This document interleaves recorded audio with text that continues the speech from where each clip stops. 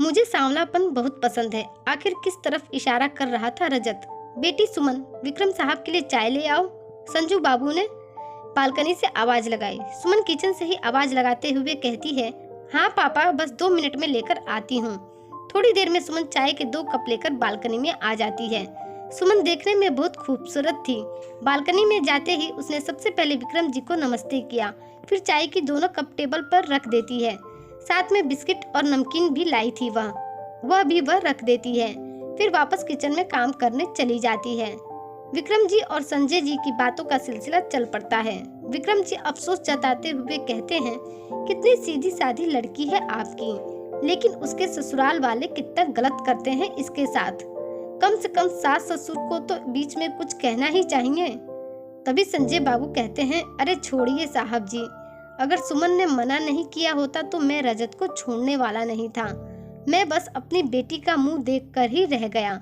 जब सुमन ने ही कह दिया कि वह रजत के साथ अब नहीं रहना चाहती, तो मैं क्यों बेटी के साथ में जबरदस्ती करने जाऊं कि वह फिर से ही रजत के साथ में रहे। उसकी जिंदगी है, वह अपनी जिंदगी किसके साथ रहे ना रहे यह उसका फैसला है। और हाँ, सास ससुर इसमें क्या करेंगे जब मेरा दामाद रजत ही नालायक निकल गया तो। हमारे समधी समधन तो बहुत ही सीधे साधे सरल स्वभाव के हैं। आज भी मेरे संबंध उनके साथ बहुत अच्छे हैं, पहले की तरह ही, चाहे हमारा दामाद कैसा भी हो। संजय बाबू को यही लगता है कि उनकी बेटी का ही दिन खराब चल रहा है, इसलिए उसके साथ में यह सब हो रहा है। सुबह सुबह ही सुमन को बहुत जल्दीबाजी रहती है। सबसे पहले वह नाश्ता तैयार करती है, फिर खुद तैयार होकर पापा के लिए भी नाश्ता टेबल पर लगा देती है और खुद भी नाश्ता करती है। फिर बच्चे के लिए भी नाश्ता टिफिन में पैक करती है और अपने लिए भी टिफिन में पैक करके ले जाती है। यह दिनचर्या सुमन की पिछले 3-4 सालों से एक जैसी ही चल रही थी। चाय नमकीन देने के बाद सुमन जल्दी से नहाने के लिए बाथरूम में चली जाती है। बाथरूम से निकलने के बाद वह जल्दी से तैयार होने लगती है। फिर जैसे तैसे जल्दी से नाश्ता तैयार करती है और अपने पिता संजय जी को भी कहती है कि पापा, मैंने टेबल पर नाश्ता लगा दिया है, आप याद से नाश्ता कर लीजिएगा, नहीं तो ठंडा हो जाएगा। अब मैं चलती हूँ, मुझे ऑफिस के लिए आज बहुत लेट हो गया है। सुमन जैसे ही दरवाजे से निकलती है तो उसके पिता कहते हैं, बेटी छतरी लेकर जाओ, नहीं तो बारिश का मौसम है, कभी भी बारिश हो सकती है। सुमन कहती है, हाँ पापा, मैं तो भूल ही गई थी। सुमन जैसे ही बस स्टॉप पर पहुंचती है तो देखती है कि बस खड़ी है। जैसे तैसे वह जल्दी से दौड़कर बस पकड़ती है, नहीं तो अगर वह बस छूट जाती तो उसे आज ऑफिस जाने में बहुत लेट हो जाता और फिर उसे आज बॉस से डांट भी खानी पड़ती। सुमन को जब रजत की दूसरी शादी के बारे में खबर लगती है तो वह कहती है, तुम मुझे बेवकूफ समझते हो क्या कि मैं तुम्हारी दूसरी शादी के बारे में सुनकर चुप रहूंगी? रजत कहता है, पहले तुम मेरी बात तो सुनो, जैसा तुम समझ रही हो वैसी बात नहीं है। सुमन कहती है, तुमने दूसरी शादी कर ली और तुम मुझे क्या समझाना चाहते हो? तुम जानते हो ना कि एक म्यान में 2 तलवार नहीं रह सकती है। ठीक वैसे ही मेरे रहते हुए रूही के साथ नहीं रह सकते। सुमन इस बारे में समझौता करने के लिए बिल्कुल भी तैयार नहीं थी। रजत कहता है, नहीं, तुम और रूही दोनों मेरे साथ इसी घर में रहोगी। मैं तुम्हें इस घर से जाने के लिए तो नहीं कह रहा हूँ ना। सुमन कहती है, मैं आज के जमाने की लड़की हूँ, स्वाभिमानी भी हूँ। मैं एक ही घर में अपनी सौतन के साथ जिंदगी नहीं बिता सकती हूँ। तुम्हें मेरे और रूही में से किसी एक को चुनना ही होगा। सुमन अपने आदर्शों के साथ समझौता नहीं करना चाहती थी। रजत कहता है, तुम्हें जो करना है करो, लेकिन रूही मेरे साथ इसी घर में रहेगी। सुमन कहती है, तो फिर मैं तुम्हारे साथ इस घर में किस हैसियत से रहूं, एक बीवी की हैसियत से या फिर एक रखैल की? यह सुनते ही सुमन का गला रुआसा हो जाता है। रजत कहता है, तुम ऐसी बातें क्यों कर रही हो? मैंने तुम्हारे साथ पूरे समाज के सामने शादी की है, फिर तुम मेरी रखैल कैसे हुई? तुम्हें इस घर में पहले की तरह ही मान सम्मान मिलता रहेगा जैसा पहले मिलता था। सुमन कहती है, मान सम्मान की बात तुम ना ही करो तो ज्यादा अच्छा है। तुम पूरी रात उस रूही के कमरे में बिताते हो और उसका बिस्तर गर्म करते हो, मेरे कमरे में झांकने तक नहीं आते और ऊपर से मान सम्मान की बात करते हो। मैं कल पूरी रात बिस्तर पर बुखार से तड़पती रही, लेकिन तुम मुझे देखने तक नहीं आए। क्या यही मान सम्मान तुम मुझे दे रहे हो? पति पत्नी का रिश्ता केवल सुख दुख का नहीं होता, बल्कि दुख का भी होता है। और समाज, किस समाज की तुम बात करते हो? तुम्हें अगर समाज की जरा भी परवाह रहती तो ऐसी गंदी हरकत कभी न करते। छी, एक बीवी के रहते तुमने दूसरी शादी कर ली। तुमने कभी यह भी नहीं सोचा कि हमारे बच्चे क्या सोचेंगे, उनके संस्कारों पर क्या असर होगा, वे तुम्हारे बारे में क्या सोचेंगे। सुमन फैसला कर चुकी थी कि वह आज आर या पार करके ही रहेगी। वह रजत से सिर्फ इतना ही चाहती थी कि वह सुमन या रूही में से किसी एक को चुने, ताकि वह अपनी आगे की जिंदगी के बारे में सोच सके। सुमन ने इस दुनिया में बहुत कष्ट सहा था। बचपन में ही उसकी माँ चल बसी थी। पूरा बचपन बिना माँ के गुजारा था उसने। पिता ने ही कैसे भी पाल पोस कर बड़ा किया था। रजत कहता है, मैंने कोई ऐसा काम नहीं किया है जिस वजह से मुझे शर्मिंदा होना पड़े। पहले के जमाने में बड़े बड़े राजा महाराजा भी एक से ज्यादा पत्नियां रखते थे, फिर भी उनकी पत्नियों को कोई ऐतराज नहीं रहता था।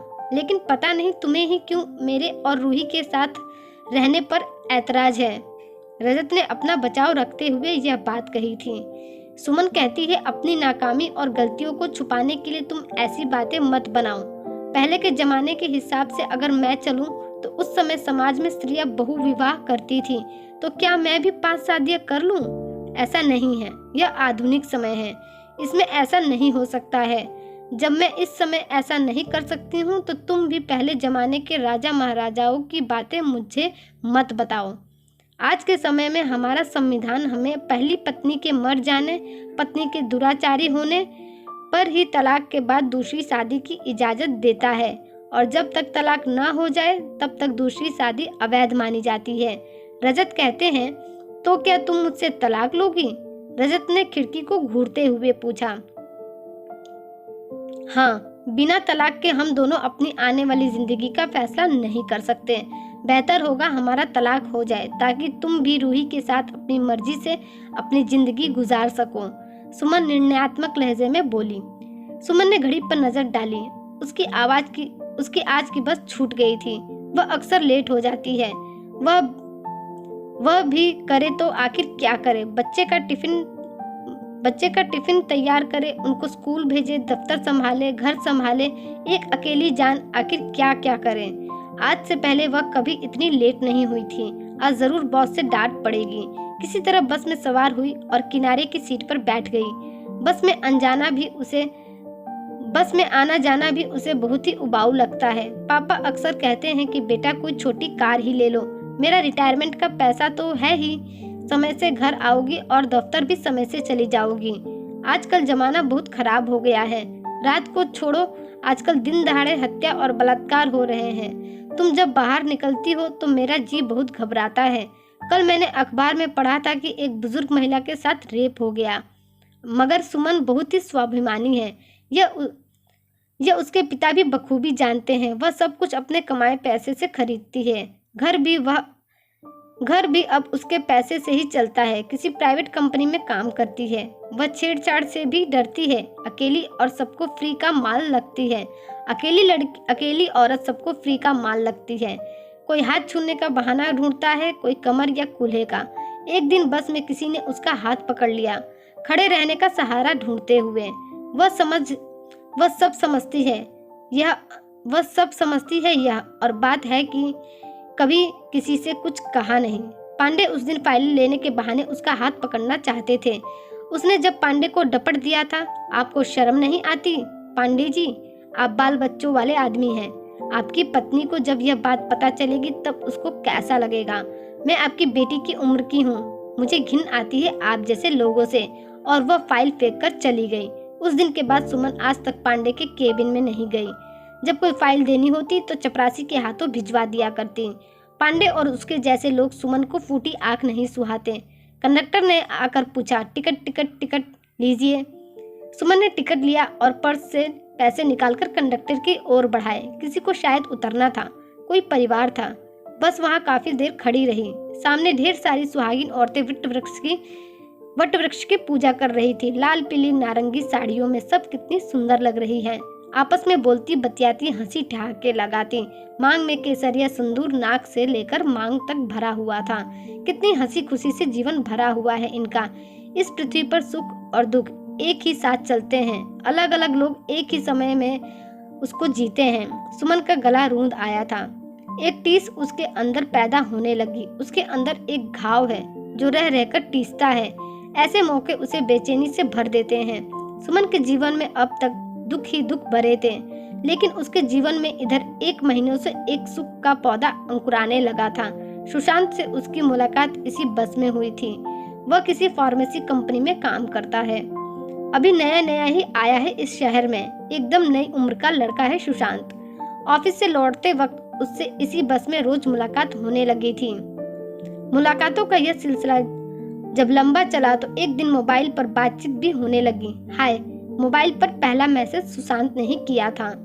लिखा, हेलो, अब तक सोए नहीं? सुमन ने कहा, नहीं, नींद नहीं आ रही, कुछ सोच रहा हूँ। क्या सोच रहे हो? सुमन बोली। नहीं, जाने दो, तुम बुरा मान जाओगी। सुशांत बोला। अच्छा ठीक है, नहीं मानूंगी बुरा, अब बोलो भी। सुमन ने कहा, मैं बहुत दिनों से तुमसे एक बात कहना चाहता हूँ। सुशांत ने कहा। सुमन कहती है, बोलो, क्या बोलना चाहते हो? सुशांत कहता है, कैसे कहूँ, मुझसे कहा नहीं जा रहा है। सुमन ने कहा, अब क्या, कह भी दो जो बात तुम कहना चाहते हो। कहने से मन का बोझ हल्का हो जाता है। सुशांत ने किसी तरह हिम्मत की और अपना मैसेज पूरा किया, आई लव यू सुमन। लेकिन ऐसा लिखते ही उसका दिल बल्लियां उछलने लगा।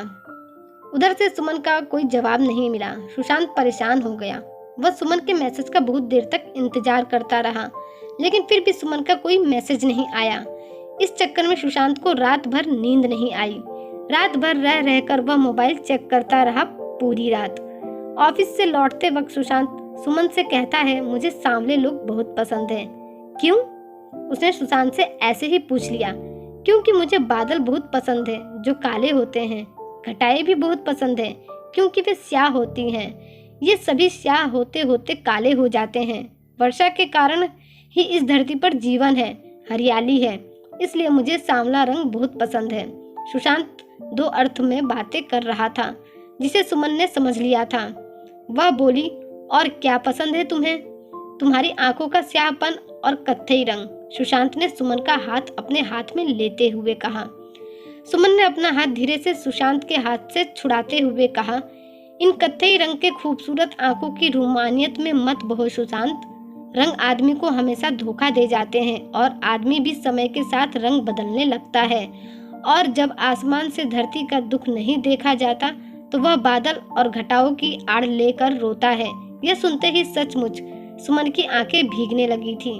वह अपनी आंखें पोंछते हुए बोली, तुम्हें मालूम है ना कि मैं तलाकशुदा हूँ और मेरे 2 बच्चे भी हैं। सुशांत कहता है, हाँ मैं जानता हूँ, फिर भी तुमसे शादी करना चाहता हूँ।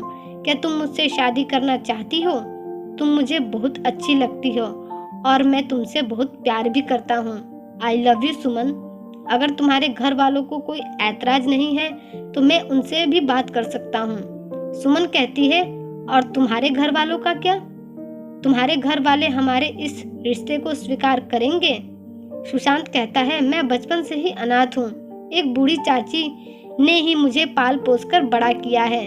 उन्हें मैंने तुम्हारे बारे में सब कुछ बताया है। उन्हें इस बात से कोई ऐतराज नहीं है।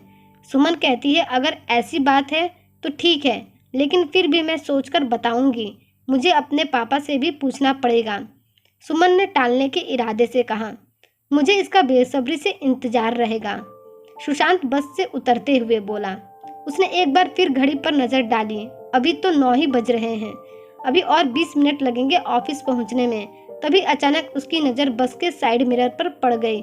सांवला सा चेहरा, चेहरे पर उदासी थी। सांवलापन अचानक उसके पूरे बदन में एक जहर की तरह फैल गया। तुम रूही की तरह कभी गोरी नहीं हो सकती। तुम इस बात को समझने की कोशिश क्यों नहीं करती हो? रजत ने गुस्साते हुए कहा था। सुमन कहती है, क्या यही कारण है कि तुम रूही से शादी करना चाहते हो? बस इसलिए कि मेरा रंग सांवला है? रजत कहता है, कारण चाहे जो भी हो, लेकिन मैं शादी तो रूही से ही करके रहूंगा, हर हाल में। अब हर चीज का कारण मैं तुम्हें बताना जरूरी नहीं समझता हूँ। यह कहते हुए रजत पलंग से उतरकर खिड़की से बाहर देखने लगता है। उस दिन के बाद से सुमन कभी वापस रजत के पास नहीं गई। अपने दोनों बच्चों के साथ वह अपने पिता के घर रहने आ गई। इसी बीच सुमन ने अपने पिताजी से सुशांत के बारे में भी बताया था। संजय बाबू यह जानते थे कि उनकी बेटी सुमन बहुत समझदार है। एक गलती करके उन्होंने अपनी जिंदगी में रजत जैसा दामाद ढूंढा था। वह अपनी गलती का पश्चाताप करना चाहते थे। इस तरह साल भर बीत गया। पतझड़ के बाद फिर बसंत आया। पेड़ों पर फिर से नए नए पत्ते गुलजार हो गए। फिर सुमन ने सुशांत को अपने घर अपने पिताजी से मिलने के लिए बुलाया। संजय बाबू सुशांत की प्रगतिशील सोच से बहुत प्रभावित हो गए। उन्हें सुशांत बहुत ही सीधा साधा और समझदार लड़का लगा। अगले दिन सुशांत को खाने के लिए भी घर बुलाया गया।